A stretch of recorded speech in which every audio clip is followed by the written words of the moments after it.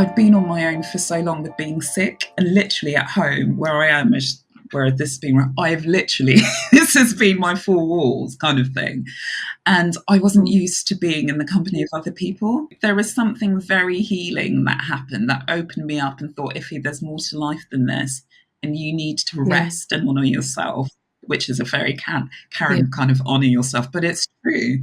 And I brought that back with me, and they noticed that, my boss noticed that at work. So I came back a different person. And it's true because it gave me hope and it reminded me of who I am. I'm not long COVID, similar to if I'm going through menopausal symptoms that are just horrible. I'm not the symptoms. Like, there is me here, and I'm going to fight for the me to come through.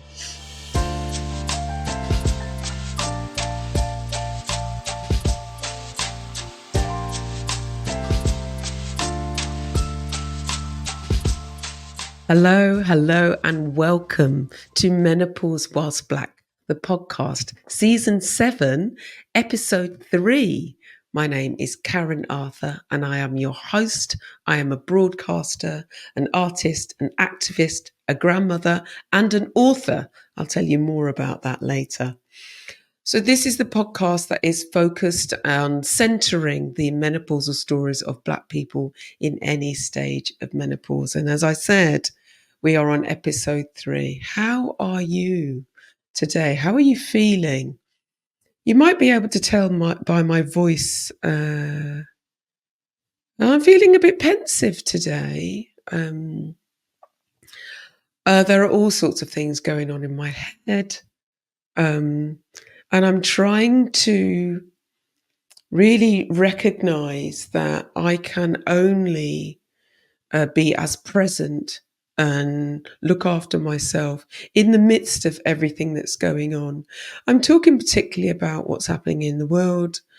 I'm talking about, the different ways that people are being oppressed and killed and murdered around us and discriminated against. And I think sometimes it's really hard to, keep up to date with what's going on and also look after yourself. And in my case, look after myself.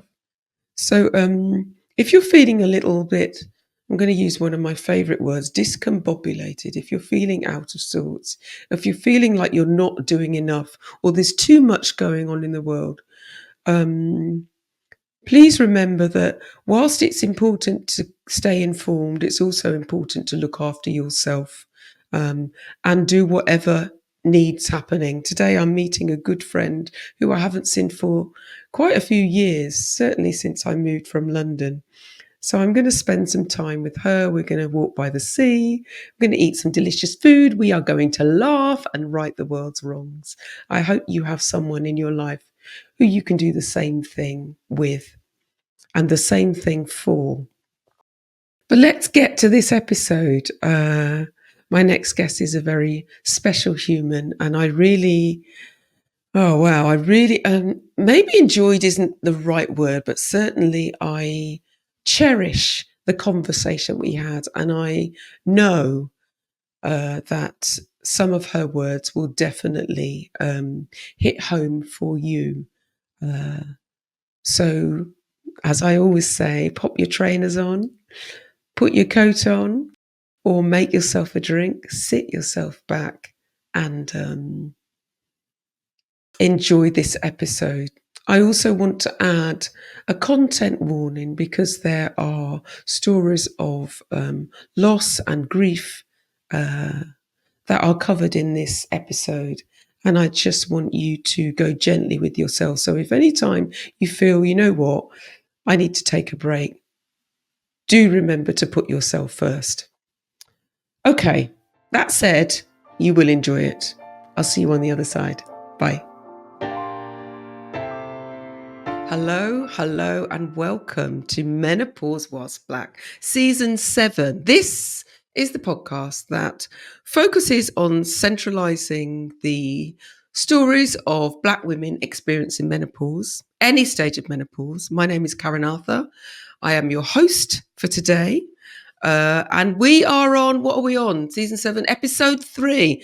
Goodness me, time is flying away. I have a new guest for you.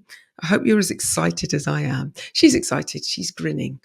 So I'm going to read your bio. Ify Okoye is a trained lawyer and former policy advisor in the Home Office and Department for Education. She left the civil service last year to recover from long COVID, having first contracted COVID in November 2021. Ify has caring responsibilities for her elderly mother and is currently cat fostering as part of Cats Protection's Lifeline scheme. During the course of her treatment for long COVID, Ify was diagnosed last year as being autistic. Ify has a passion for cats, the works of Jean Claude van Damme, films and music from the 1980s and 90s, and she has recently, hallelujah, discovered the joys of crochet. Welcome, Ify. Thank you. Thank you. Thank you. I should have brought my crochet cat for you to see, Karen. I forgot. Next time. Next time. Right, so this gives you an indication of how this interview is going to go. Oh my goodness. Ify, tell us about yourself. Who are you outside of your title? Who am I? That's tricky. So I'm an overthinker. So that's slightly autism and slightly just me. I am an only child. I'm unique as such. Yeah, it's really odd. I think that question, who are you outside your title? I often think about, oh, you then talk about you're a mother, you're a what's it, you're a what's it. And I'm not any of those things. So I guess I'm just me. I'm just me outside of all of those titles. And I think I'm in a discovering mode, very like Michelle Obama with her becoming. So who am I outside my title? I think I'm still discovering that and becoming and transitioning through that. So ask me that in a year's time and maybe I'll have a different answer. I suppose I could ask you what lights you up. What do you like doing as well, though? Because I know that you've just discovered crochet. How did you discover crochet, Ify? Where do I begin? I actually couldn't even tell you. My brain at the moment, I forget so many things. I can't even tell you how I got there. I think I live in a block of flats and a former, and we actually get on in our block of flats in London, which is surprisingly. So someone downstairs had been doing crochet at a local kind of community stall nearby. And since I've been sick and off work, I haven't been able to do anything. So I just thought it would be a way to engage with another human being because I've literally spent the past couple of years on my own. And I thought it could be a good thing for mindfulness as well. So that's how I got into the crocheting. And it's great because I have monkey mind. My brain just goes like this all the time. And I've never really discovered anything to calm it down. And I tried doing some art, but that was a bit too much. Whereas crocheting, oh my, it is so chilled. It is so, yeah. And I like the fact I'm such a perfectionist, but there's something around crocheting that even if you make a mistake, it doesn't matter because you can just undo it. So it's like, yes, that's because there are holes there in it anyway. Yeah, just undo it and it's fine. So that's my love of crocheting has been discovered. I love that. Well, as you know, that makes me very happy because I am a crocheter.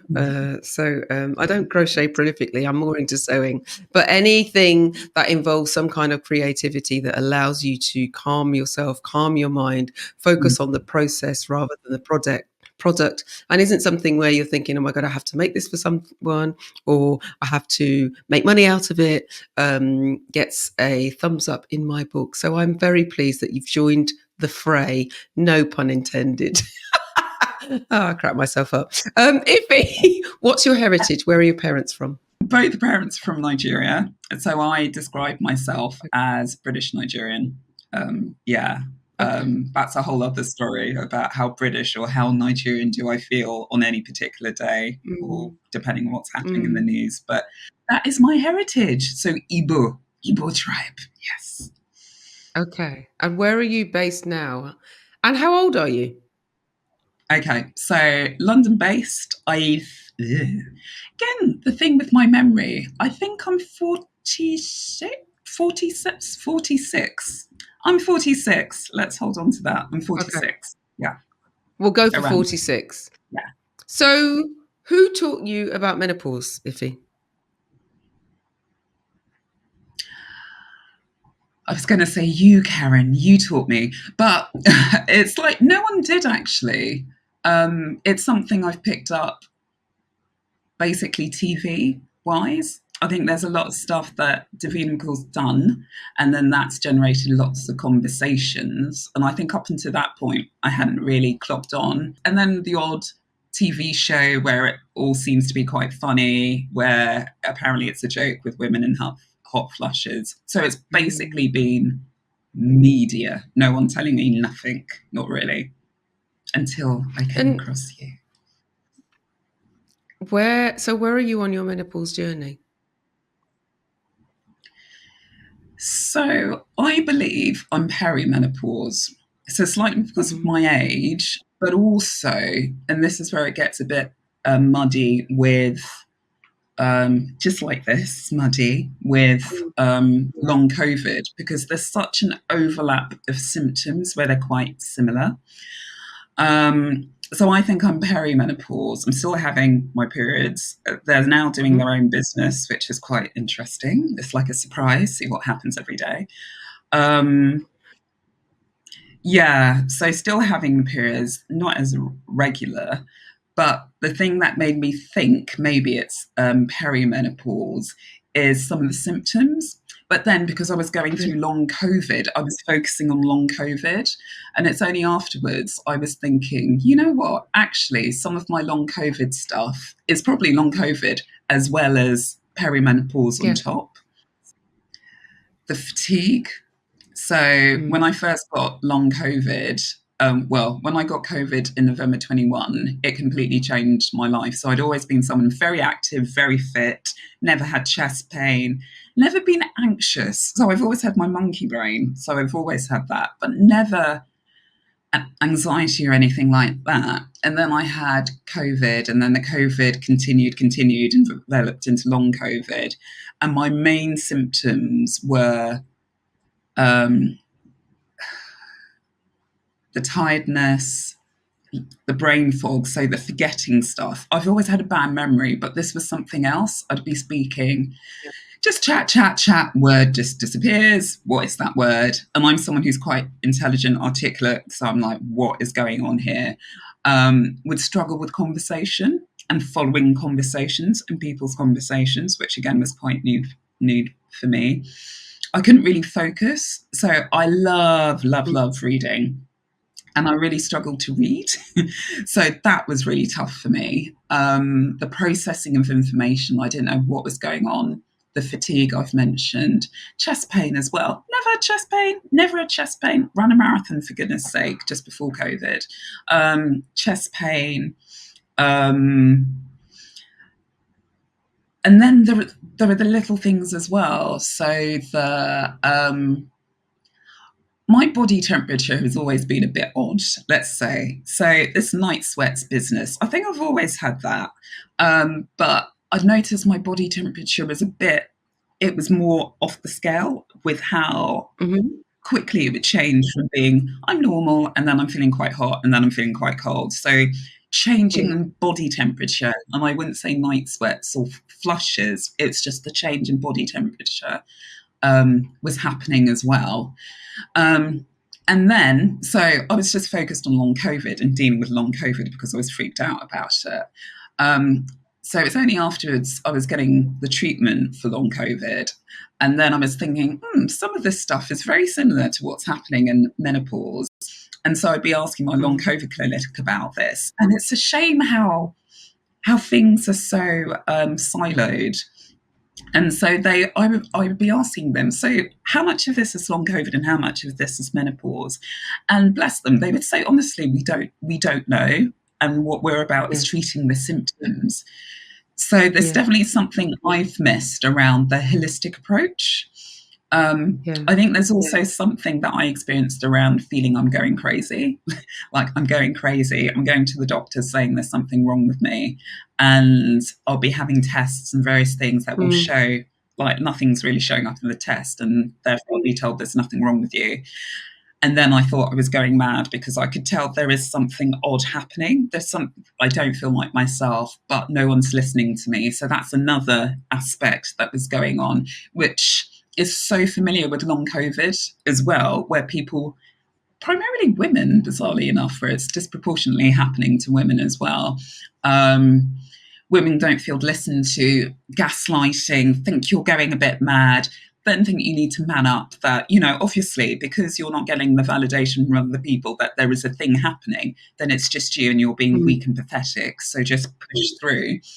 But when you push through, it's the worst thing you can do. So again, you can see there are so many similarities with some of the stuff that we go through with long COVID and menopause, and this lack of validation, that I hated going to the doctors. I hated going to the doctors, and I would then start avoiding that, which again isn't great when you actually need help.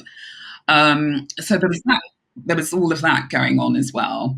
And then I would say this year, as my journey with long COVID has progressed, then my period side really kicked in. So in terms of my periods just stopped. And then I'm like, oh, okay, properly stopped. And I went through a mourning period. It's this thing, like, I'm a woman who has always wanted to have kids. I remember going to uni and being really excited because I thought I'll meet my husband at uni and then I'll have my kids and stuff. Like, always this thing. And so you get to the age of 40, whatever it is, because I don't know how old I am, and you're like, oh, the periods have stopped. And then that's it. My life is over. And then I haven't done the stuff that as a woman I should have done. I haven't had kids. I haven't got married. Who am I then? And yeah, so there was this sense of loss that happened when the periods disappeared, and the grieving and the sense of failure, and the thinking of, who am I at this stage of my life? And then I went to Lourdes. Faith is very important to me. My spirituality was really important to me. Went to Lourdes with my church group, and the period turned up again. And I was like, yeah, this is a miracle. This is great. So you start the clock counting, thinking, okay, this is it. And I'll count the year. And then it's like, okay, I have to stop the clock, and thinking it's back. But when the period stopped, I noticed my sleep pattern changed. So that's the other thing, which is so not long COVID, which is more the peri-menopause. It's the interrupted sleep. Like, what is going on? So my body, even though it coincides with the cat coming into my life as well, and the cat wanting food early in the morning and stuff, but this was different for me. So my body would then be, and I've always wee during the night, that's what I do, get up and wee, whereas this was a whole other level where I'd be waking up every few hours throughout the night consistently. There's something about 5 o'clock in the morning in particular for me, which is I would properly wake up. This hadn't happened to me before. And I was like, what is this nonsense where I don't know what's going on? This definitely isn't stress, because I know what stress is like. And that was not how stress really manifests for me. And then it's just the waking up all the time. And the joys of long COVID is that you don't have the problem with sleeping because you're always sleeping. So for me, waking up all the time, it's like, what's going on? So that's the other thing that made me think, Ify, this is really kind of, you are entering the perimenopause phase of life as well. And also not helping you to recover from, like, the waking up from perimenopause is not helping your recovery from long COVID. I'm going to pause you because I'm aware that in your quest to get all the information out, you've dropped some quite huge moments in your life. And I want to acknowledge, well, first of all, I want to acknowledge that because, long COVID is no joke. Perimenopause is no joke. Realizing that, the one thing that you wanted to do, which was to have children, and then realizing that might not be the case, isn't the case, is absolutely huge. So I don't want you to gloss over it, but I also want to thank you and acknowledge that it came out of your mouth. That's number one. I think I also want to ask you a little bit about your long COVID, only because there's hardly any research currently around the links between how COVID and long COVID connects with women who are entering perimenopause or in menopause.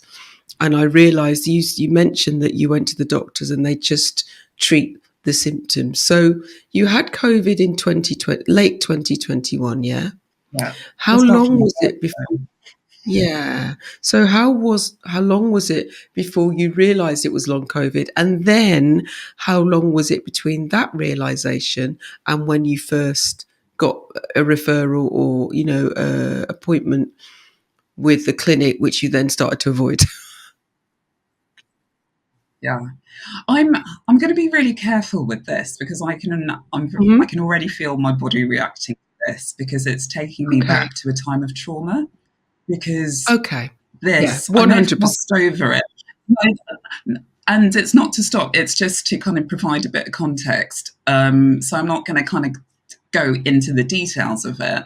But Yeah. in terms of, I've done a lot of work since then because a big element of long COVID is also the psychology of it and the fear, Yeah. because so much of long COVID, they think there's something, and again, I'm paraphrasing this, and I'm not a doctor or anything like that. And I've stopped doing research into Mm. long COVID because I also realized that was having an impact on my mental health. And so much Yeah. about long COVID is our nervous system.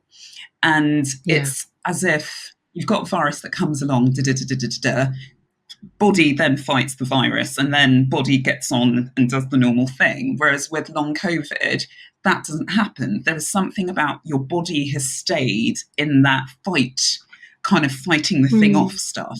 And so your body is always in the state of fight or flight, um, rather than rest and digest. And so you're just stuck Yeah. like that. And a lot of the work I've been doing on my long COVID journey, long COVID is so different for everyone. So the things that have helped me won't necessarily help the person down the street because they will have Yeah. different experiences. Their metabolism is different. Everything is different. They'll have a range of different symptoms as well. But what Mm. really helped me was just the stopping and the resting and working on the psychology. There was this amazing psychologist I came across, Adriana Coelho. So she works at this great kind of body mind healthcare clinic. And she was Hmm. bizarrely the one who had also kind of thought while she was seeing me as a psychologist, seeing me for long COVID, was thinking, this woman is also autistic. But yeah, we'll come to that in due Really? course. But Mm. yeah, so this is interesting. And also what I've discovered with autism, you often have late diagnosis in women, which is associated with something else that's happened. And then you get the Right. diagnosis, oh, also. So my story is not Mm. an anomaly. It's just a shame that at the age of 40 something, getting a late Mm. diagnosis of autism is quite life changing. Yeah. Understatement. It just changes everything out. It's like in the film The Usual Suspects at the very end when you realize who the person is, and then your Yeah. whole perspective of the film changes. It's just like that. You start then going over your whole life. But Mm. coming back to the long COVID thing, so for me, it was a very solitary journey because I didn't know Mm. anyone else with long COVID at the time. I thought I was going mad. I'm someone who is very, as you may know, Karen, I'm very organized, very precise. I'm very intelligent. I do my research. I'm a doer. So I'm a doer. Yeah. And I was someone who could do multiple things at the same time. And the idea was not to rest, you just do. And long COVID stopped all of that for me.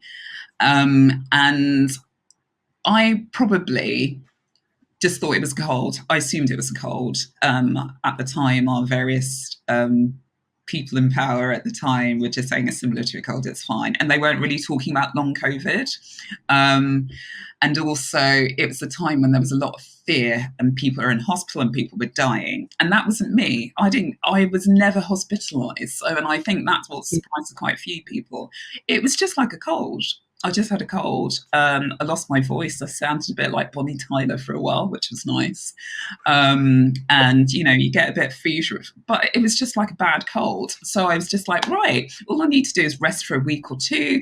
Then I'll be right as rain. And And then I still remember the second week I had COVID. The second week on the Thursday is when the fatigue hit.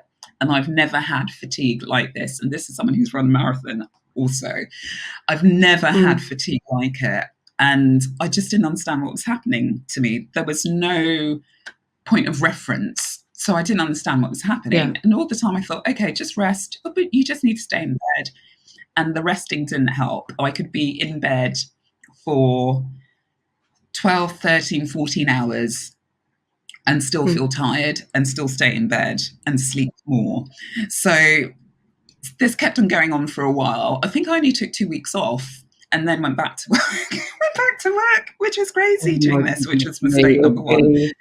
Crazy. It was really bad. So it was when I was in this cycle, trapped in the cycle of, I was then trying to do everything that I was doing. And I was thinking, this is really odd. I used to be able to carry my shopping. Now I can't carry my shopping. Oh, I used to be able to do all of this work. I can't do all of this work anymore. And so I'd start work. And then after a few weeks, I'd then go off sick, recover for a bit, sleep, go back to work, then I'd get sick again because nothing was really touching the sides of what was the underlying problem. Was going to the GP. GP at the time, dare I say it, was not helpful. I'm sorry, from my point of view, I'm just saying it as it is. It was really quite bad and rubbish. And I can understand at the time with GPs, you're going through a pandemic, people are dying around you, and in the first phase, you had a lot of healthcare people dying as well. So I can imagine there was a lot of fear within GP surgeries, receptionists, all of them dealing with this thing. But it did mean for someone like me going through it who's quite scared and takes things literally. So again, that's the thing I didn't realize at the time. It didn't help. And so I didn't have a great experience at my GP. Didn't have a great experience going to hospital and A&E with the chest pain. Didn't have a great experience where I had at A&E being quite vulnerable, wondering what is happening with me. GP saying, you may as well go to A&E because you could have a blood clot. And I'm like, what? Oh my goodness. Go on my own, stay there. I had a really nice doctor initially. He was just walking me through everything and it made sense. And then because I was in A&E for over 4 hours, when you get to a certain point in the night, the shifts change. So at 8 something, the shift changed. Then got a completely different female doctor who was just, and again, even with the context of A&E, really stressful, lots of people there in a pandemic, it's really horrible, was so detached and treated me not as a human being. It was horrible.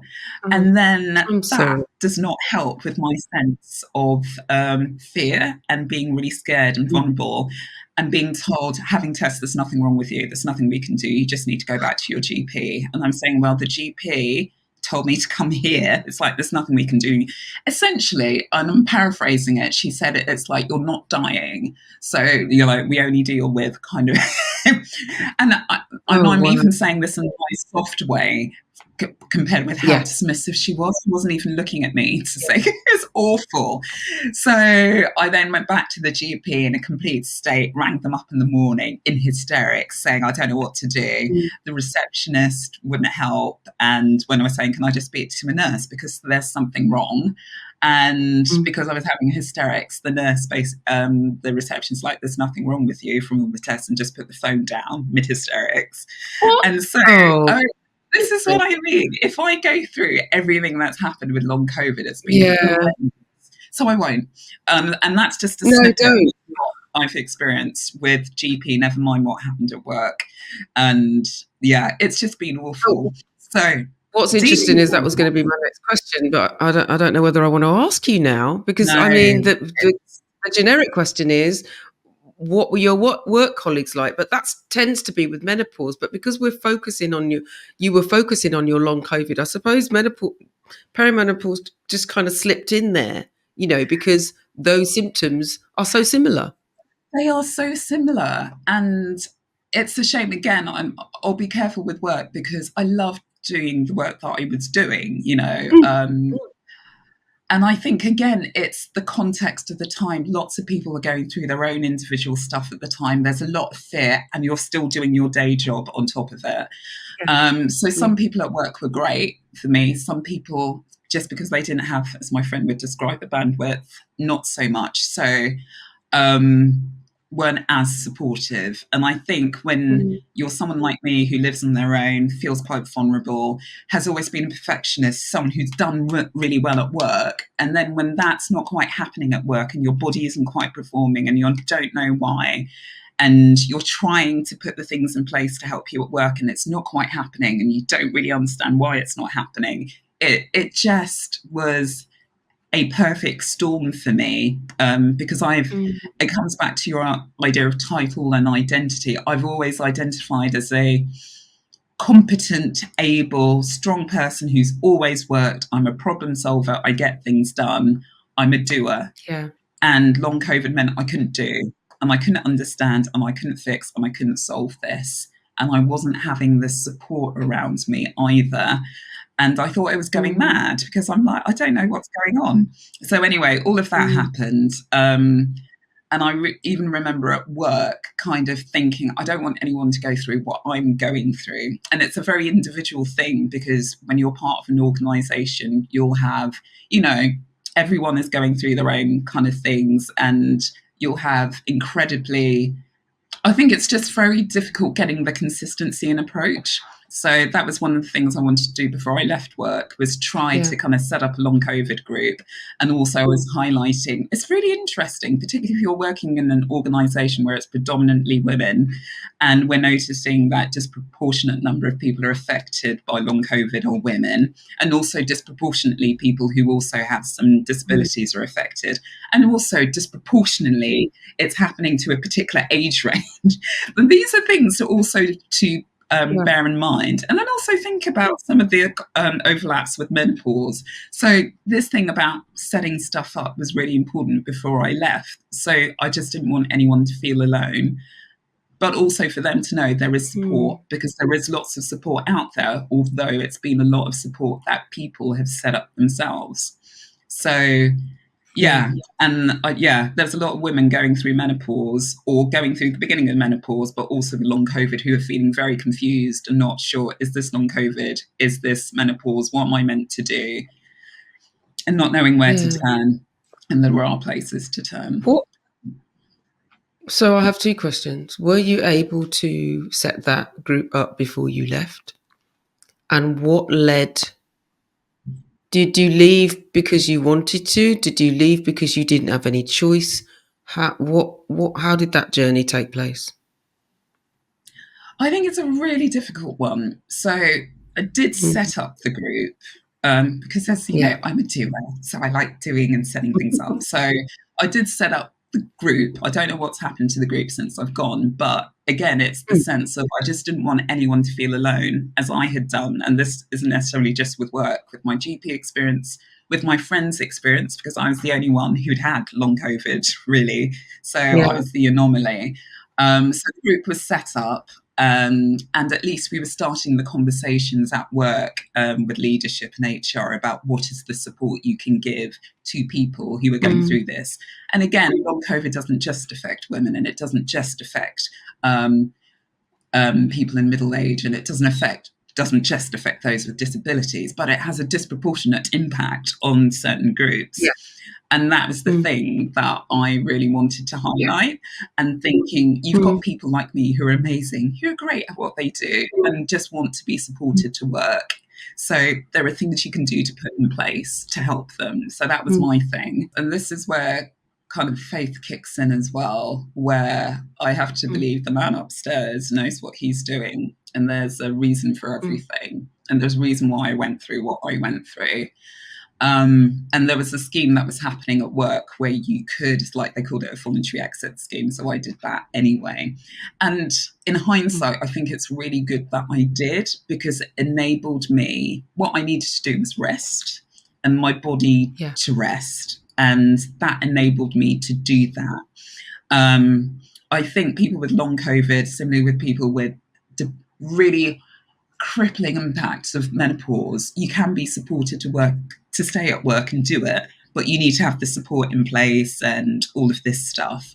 And I think Yeah. because long COVID was still so new and people didn't really understand it, I think what I needed was just to take myself out of the situation and rest and stop fighting. Yeah.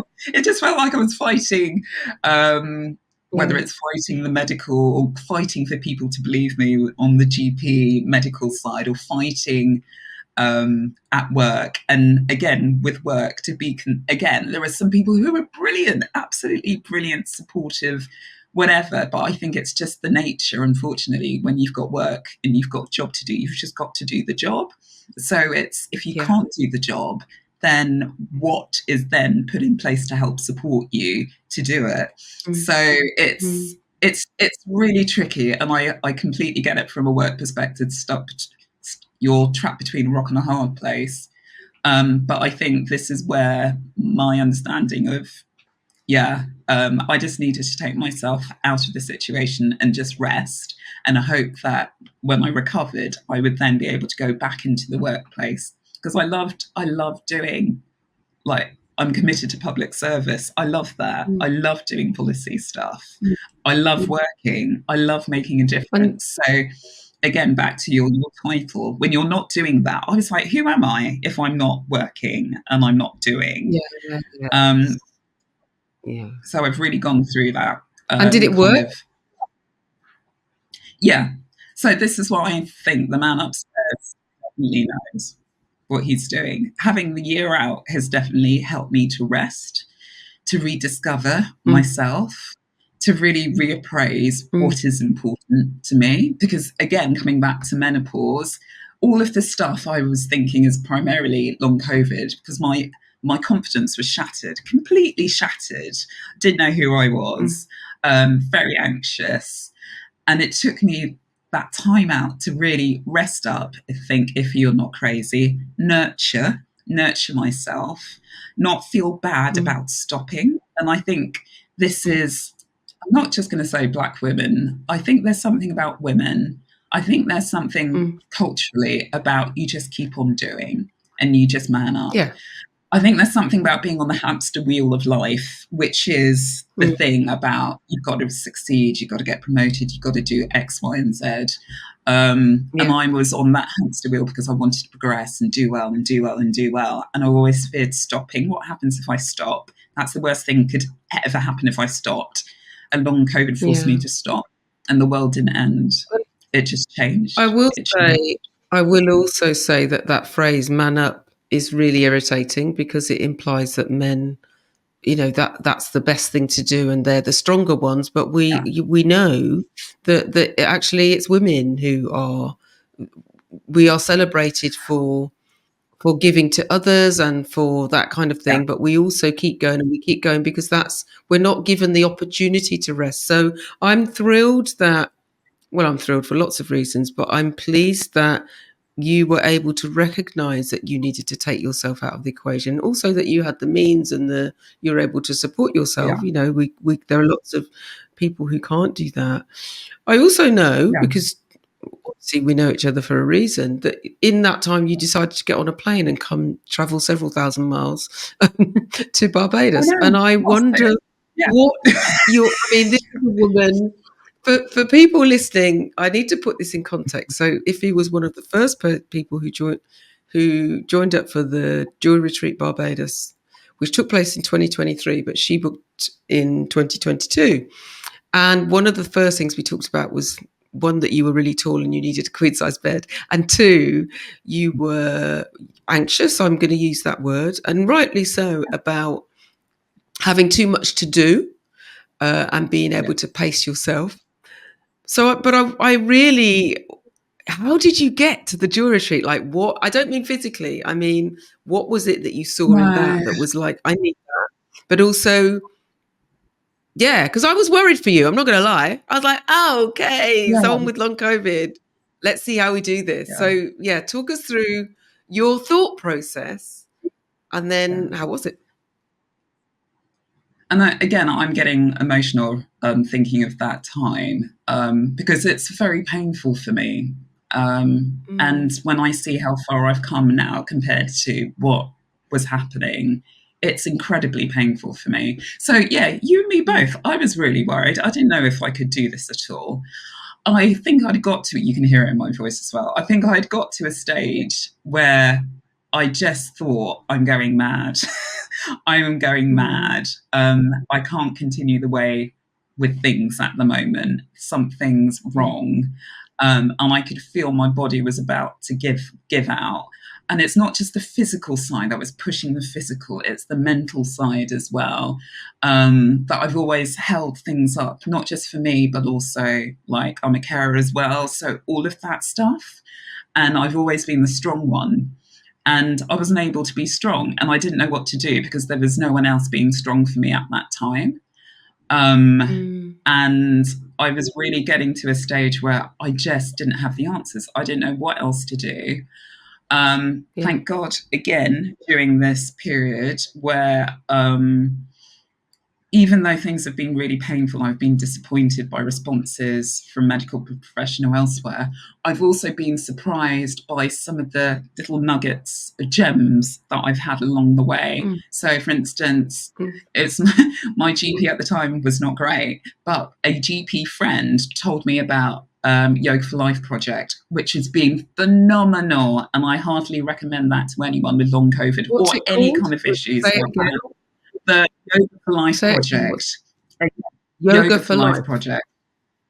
project is an amazing community that I discovered. Again, my GP didn't even know about it. An online community for people with long COVID doing restorative Mhm. yoga. So me, yoga. Last time I did yoga, did something like headstand how many years ago? Nah, wasn't for me. Me, I don't do pretzels, twisting myself into stuff. But this was restorative yoga. And this is something about being seen as well, the holistic approach, Mm, because I'd had so much of the, I say, Western medicine siloed, there's nothing wrong with you, I'm doing a test, there's nothing on the test, you're fine, and realizing, but I know mm, something is wrong within me. So mm, the yoga mm. introduced me to this idea of more holistic approach. And definitely being in a community with other people who are also suffering, where I realized I'm not just being pathetic. Or I know sometimes at work, someone was saying, "Oh, but you always keep on saying you're tired all the time." So I'm like, I'm just being a wuss. Yeah. But actually finding a community who was saying, no, we're all going through the same thing, made me think I'm not losing the plot. So Mm, discovering yoga, then through this, discovering little retreats that, so I went on a restorative yoga retreat that the Yoga for Life project did, and that was just about rest and calm, and this idea of rest as resistance, and which again is so yeah. counterintuitive for someone Exactly. like me who will always look after someone else and encourage Mm, them to rest, but won't do it for myself. I was like, there's something here. And being mm, nurtured really had an impact. And it wasn't just the physical nurture and the physical rest, it's the emotional nurture. It's about being held and listened to and heard. So when I was mm, thinking about this retreat, this thing, hearing about this joy retreat, and I remember it's one of my friends, shout out to Pip, who had mentioned this woman called Karen Arthur who did this really inspirational talk kind of thing for her organization. And I kind of Googled you and like, mm, oh, this woman, oh, mm. she looks interesting. And then discovered this retreat. And I was thinking, Ify, you're going through one of the worst things that's ever happened to you. There is something about, and I've been through a lot in my life, but there is something around Mm, when your health goes and you can't stand up anymore. It just leads you to question everything. Me not being the yeah. breadwinner, me not being the provider, the strong one. Like, I just didn't know who I was. And there was something about my life couldn't continue the way it was. and hearing about a retreat that seems safe. And that's a really important concept for the nervous system, this idea of having a safe place you can be, where I could be mm, held, where I could be mm, myself. I didn't need to pretend. I could be with other women. So the other thing that I was going through, as I'm discovering with the autism, I'm quite naive. So many things I've gone through in life where I just thought, oh, it's just me, it's just me. This idea of discovering blackness. So I've always had issues mm, with being Nigerian, but bizarrely enough, this idea of being black in London, in the UK, in this space, I hadn't really held on yeah, to and hadn't really done a lot of work around. So then seeing this retreat, again, God knows what he's doing, kind of coming at the right time where I just needed help and I needed to rest and I needed mm, to do something for myself. And this provided an opportunity to rest, to come and mm, discuss and talk to other, hopefully like-minded women. So being in a safe, secured mm, place with other women, um, mm, to be vulnerable, to mm, rest, to discover myself, and to heal. To heal is really mm, important. And I thought, you've got to invest in yourself because no one else was going to do it for me. No one else. So it was kind of a leap of faith. And particularly being sick, I was so worried about how am I going to do this? What are they going to be doing? And it was a leap of faith to make it mm. work. And we did make it work in the end because I listened to my body. I would have my afternoon snaps, my afternoon nap, of which That's I right. needed. I needed. If there were activities happening and I was doing, I just didn't do them. I just did things at my own pace. And I remember coming back from the experience, and my boss at work said, "You've come back as a different person." And I said to them, Mm. "Yeah, I discovered how to smile again. I'd forgotten how to smile." Sorry, I get We did emotional smile a because it's so lot. true. I'd forgotten what it was like.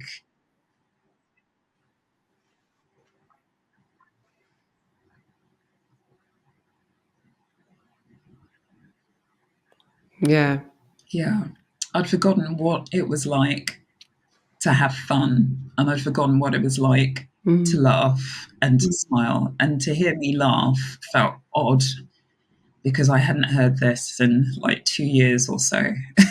So little things like that, rediscovering the Ify. So not just the sick Ify who has been incapacitated and can't move and can't do stuff, but actually realizing mm, there's more to Ify than long COVID, and just having little glimpses of that. Even though I did pay for that later.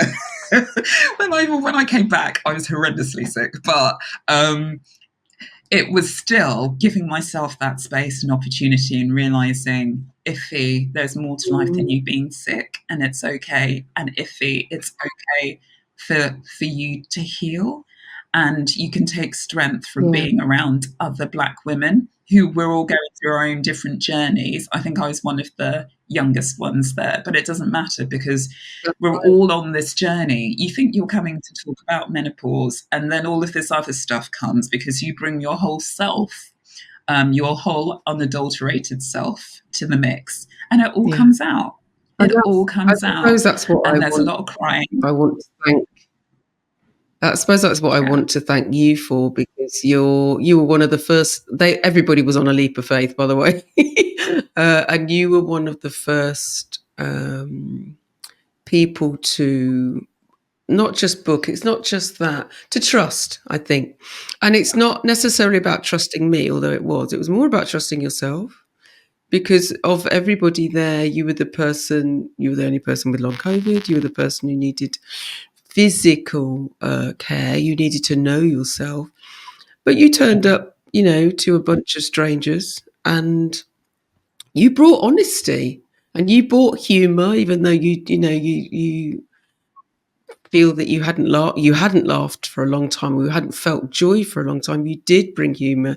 You brought knowledge. You brought expertise about yourself and about other things as well. And I think there is something, well, we know it was powerful because we're all in touch, but there is something powerful about letting go letting go and allowing ourselves to be held, but also to allow ourselves to listen to others, because everybody has a different story and everybody deserves to be heard. So I'm grateful to you and your personality for turning up and being that piece in the jigsaw that created such a special time, you know? Yeah. It was incredibly powerful. And even there are things that I remember, little things like um, I've been on my own for so long with being sick, and literally at home where I am is where this has been. I've literally this has been my four walls kind of thing, and I wasn't Mm. used to being in the company of other people, and even stuff like physical touch. I'd forgotten like, there was Yeah. yoga involving other people, and I was freaking out with stuff. Being Oh, yeah. seated next to other people, again, all of this stuff. It's yeah. So there was something very healing that happened that opened me up and thought, Ify, there's more to life than this. And you need to Yeah. rest and honor yourself, which is a very Yeah. Karen kind of honor yourself, but it's true. And I brought that back with me. And they noticed that, my boss noticed that at work. So I came back a different person. And it's true because it gave me hope and Mm. it reminded me of who I am. I'm not long COVID, Good. similar to if I'm going through menopausal symptoms that are just horrible. I'm not the symptoms. Like there is me Yeah. here, and I'm Yeah. going to fight for the me to come through. That's here. Oh my But God, yeah, you're dropping gems, Vicky. You are dropping gems. Honestly, I love it gave me hope, you know, but also that whole thing about rediscovering yourself and recognizing that you are not your symptoms is really, really important as well. Is there anything else that's helped you? Do you take any medication, by the way?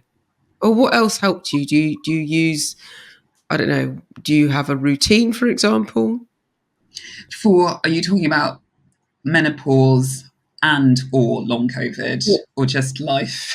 What am I? Menopause Because I'm on a and lot of or pills at long the moment. COVID? Because I think they're very much for you. They're very much connected as well. So so it's everything basically. What help? What else has helped you or not helped you?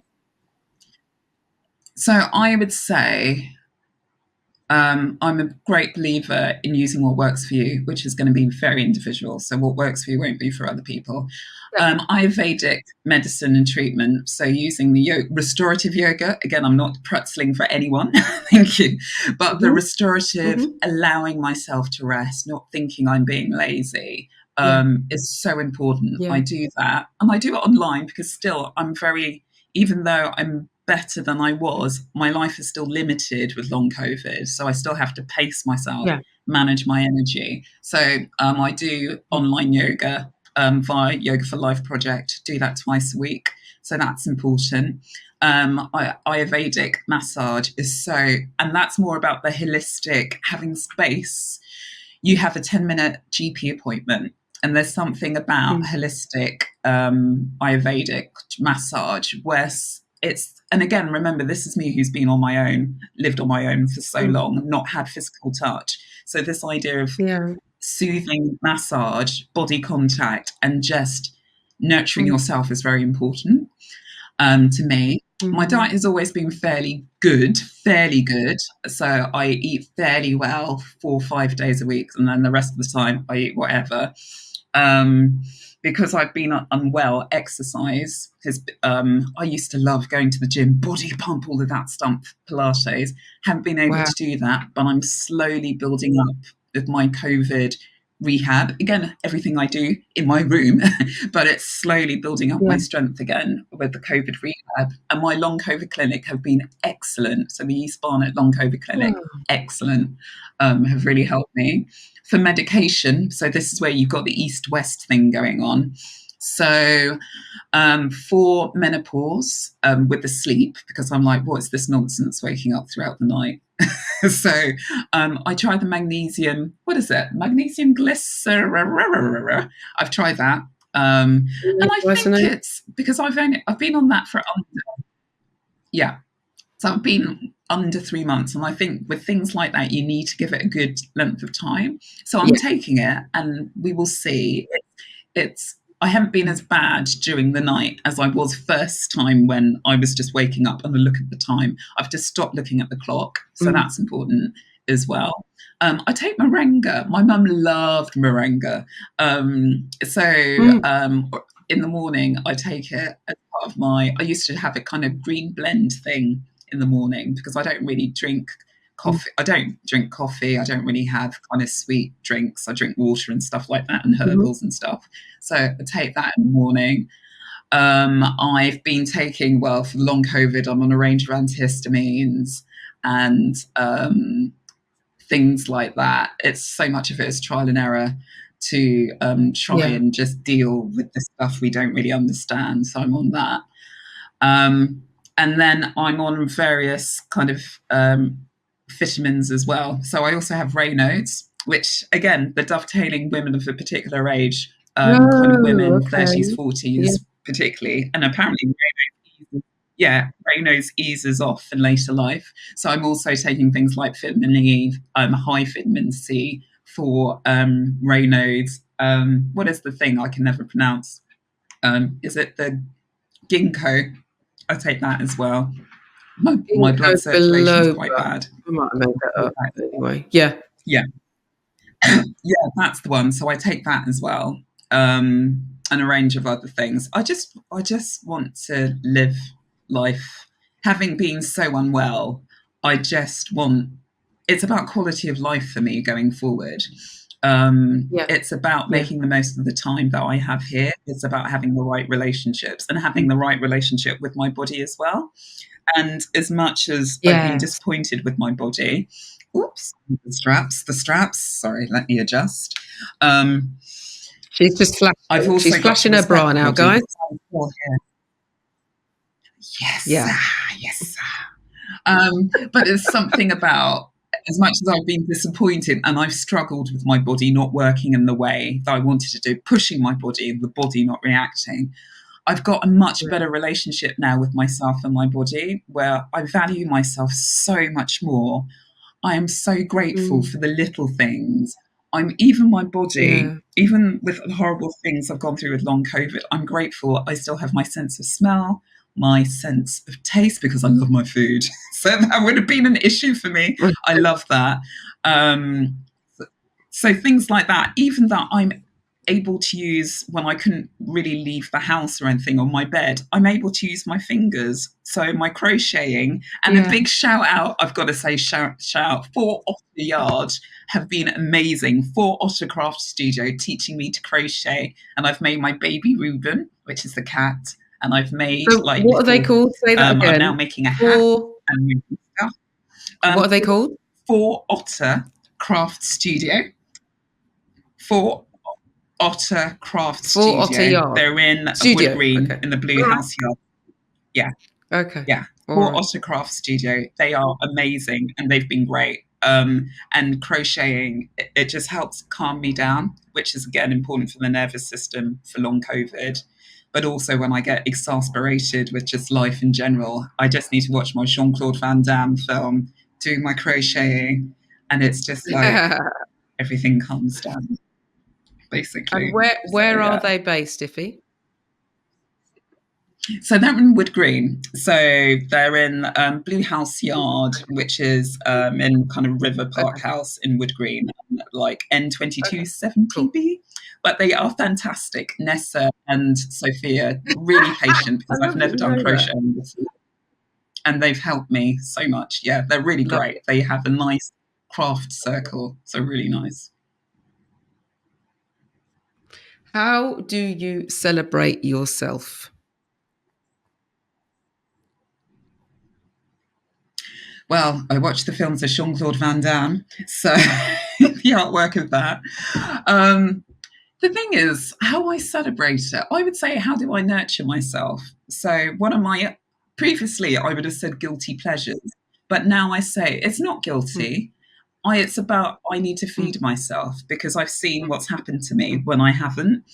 And so I feed myself through my crocheting. I feed myself through cats, doing what I like doing, my reading. I love reading. Now I can start reading again, which is nice, albeit I have to pace myself. I also nurture myself, a bit controversial, I would say, with my energy. So much of how I'm in a better position now with my life than I was before is that I need to manage my energy levels. And that's so important with long COVID Yeah. and also with menopause. So you hear stuff like energy vampires or energy hoovers or people that just suck the life out of you. Yeah. And I'm learning really hard lessons. Like when stuff happens to you, you really see the world differently and you see who are your ride or dies as well around you.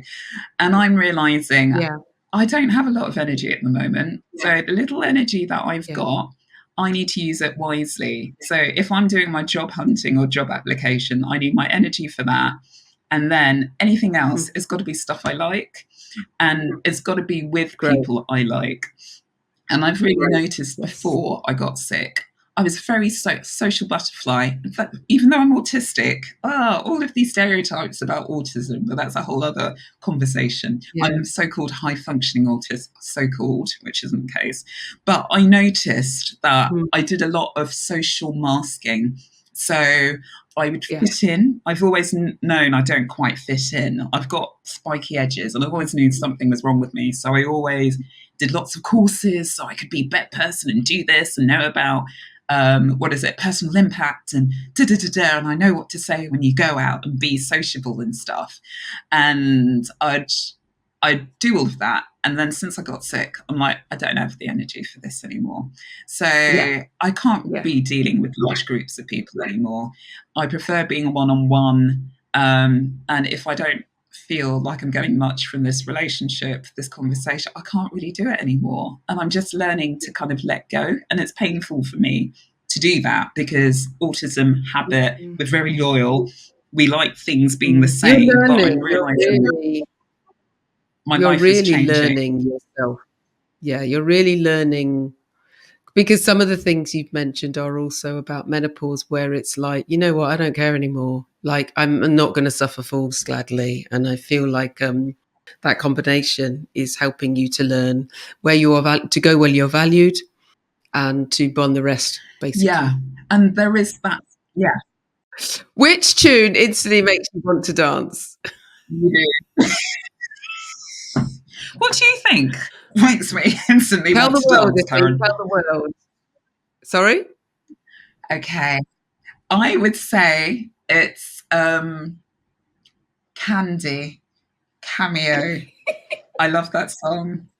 I have even before I was sick, I have very fond memories. I remember being at North Sea Jazz Festival in Rotterdam.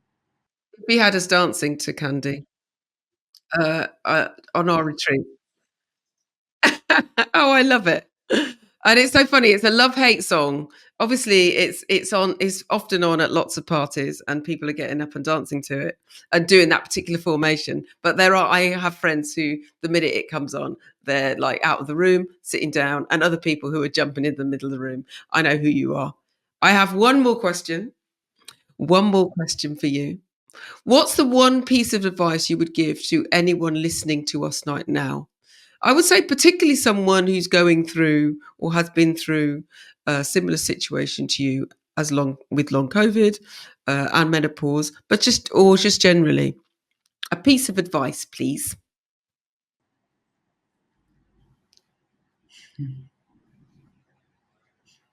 So I get emotional thinking about this. Okay. It's the trust yourself. Really trust yourself.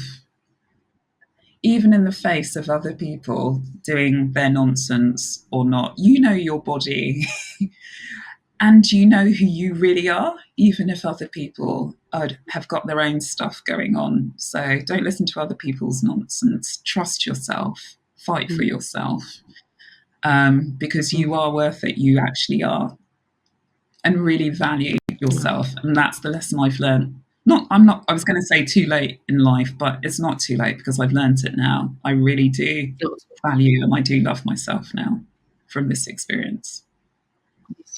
Can I just do last words of wisdom that you, Karen Arthur, you inspired me. I got the Year of Yes book, Shonda Rhimes, you mentioned. And there was that there was a quote in there that really stuck with me from Muhammad Ali. It's not bragging if you can back yourself up. And I thought, that's so true. I think, again, as women, we're meant to be not meek and docile, but this thing about, you can't, there's something about, you don't want to come across as being proud or, full of yourself or whatever, if you're talking about you're good at something or whatever. But there is something, it's okay to be confident. It's okay to be confident. It's okay to know your worth and your value. I look at Simone Biles. I look at Serena Williams. They can back it up when they're like, we're the number one. And I think similarly with myself, I'm like, now I can recognize the things I do well and who I am. And it's okay to say that. And I don't need to be embarrassed or feel I'm being overconfident or arrogant. It's just me. It's just me. Brilliant. That's a great, great ending. If people want to reach out to you, because you don't really do social media from what I understand, if people want to reach out to you, first of all, do you want them to? Because you might not want to. Because you will have said things that will resonate with some people. Are you shaking your head? No, it's when you say you don't do social media, I'm like, I do not do social media. There's too much chatter for me. And also I now understand with the autism, too many voices and stuff. I understand. But I do have email. Yeah. I do have email. So even my personal email, I can check. Okay. So it's ifster35@gmail.com. Right. And I'll pop that in the show notes as well. Ify, thank you so much. Thank you so much for giving me your time, being so honest, not that you can help yourself, and sharing a little bit of your life and your wisdom with us today. Thank you. Thank you, Miss Karen Arthur. Wonderful queen. Thank you. Welcome back. And how did you enjoy that episode? Ify is such an honest human. I always interview people who are honest about their menopause journey, but this was the first time I'd spoken to somebody who was talking about long COVID and perimenopause.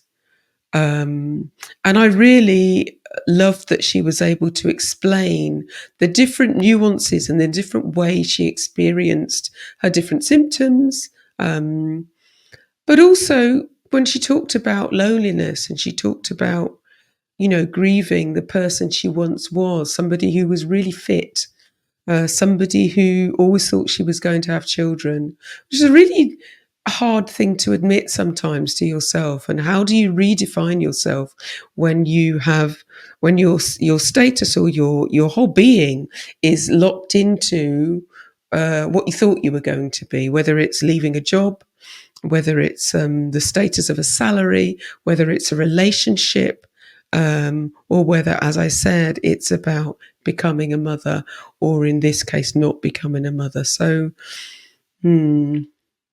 it got quite emotional at one point, and I again want to thank Ify for being so honest with us and ultimately with you. You can contact Ify through her email address. She doesn't do social media per se. And I will leave her email address in the show notes, and or you can DM me on Instagram if you want to. Ooh, a few things coming up. I am speaking. I'm on a panel, The Structure of Intimacy, at the International Women's Podcast Festival in London, UK, on the 4th of October. The festival runs on the 3rd and the 4th of October. My panel is speaking on the 4th, and I'm really excited to be sharing the stage with some wonderful people. If you're interested in podcasting, if you want to find out more about how to create a space where you can talk about the nitty-gritty of life on your podcast, and just meet industry experts and, exchange energy with people who are moving and shaking in the podcast business, then do book yourself a ticket at the International Women's Podcast Festival, hosted by Content is Queen in London on the 3rd and 4th of October. And hopefully I'll see you there. And if you are there, please come and say hi. I would love to have a chat with you. If you are interested in coming to the Joy Retreat Barbados in 2025, we have a brand new Instagram account. I have a total of 3 followers. Whoop, whoop. Hey, you got to start somewhere. And we will be sharing details about the Joy Retreat on that and little snippets from our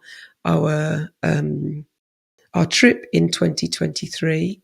There are 10 spaces for 10 Black women who are willing to take this leap with me. Not so much a leap of faith for me anymore, because whilst the first time I didn't necessarily know exactly what I was doing, but I knew it had to be done. This time I am confident and excited, as I was before, to take a new cohort of women who are not sure what is happening with them in terms of menopause, in terms of peri-menopause, and want to be in communion and in a safe space with Black women who have similar stories to them. You can contact me at thekarenarthur@mail.com. I've had a few people contact me already, and that's brilliant. Or you can visit my website on menopausewhilstblack.com. That's new. You heard it here first. And have a look there. But as I say, contact me, send me a message on Instagram or email me. And finally, I suppose, I have a book coming out. I don't know whether I've mentioned it on this podcast before. I wrote a book. It's a whole children's book called Grandma's Locks. And it's about the relationship between a grandmother and her grandson and celebrating our hair, African diaspora hair, my locks, his hair. Buy it. Pre-orders matter. It has been published by Tate Publishing and it drops on the 24th of October, 2024. So your girl's an author now too. Yay! Oh, dear me. Listen, whatever you do today, whatever you do tonight, I hope it nourishes you. I hope you're surrounded by love, and I hope that you are able to look after yourself, however that manifests itself, whether it's eating some delicious food, whether it's watching your favorite program, whether it's laughing with your friends, whether it's calling someone you love, whether it's just lying in a darkened room and enjoying the silence. Whatever you do, I hope it fills you. Drink your water. Wear your SPF. Go gently, won't you? I've been Karen Arthur, and I'll see you next time. Bye.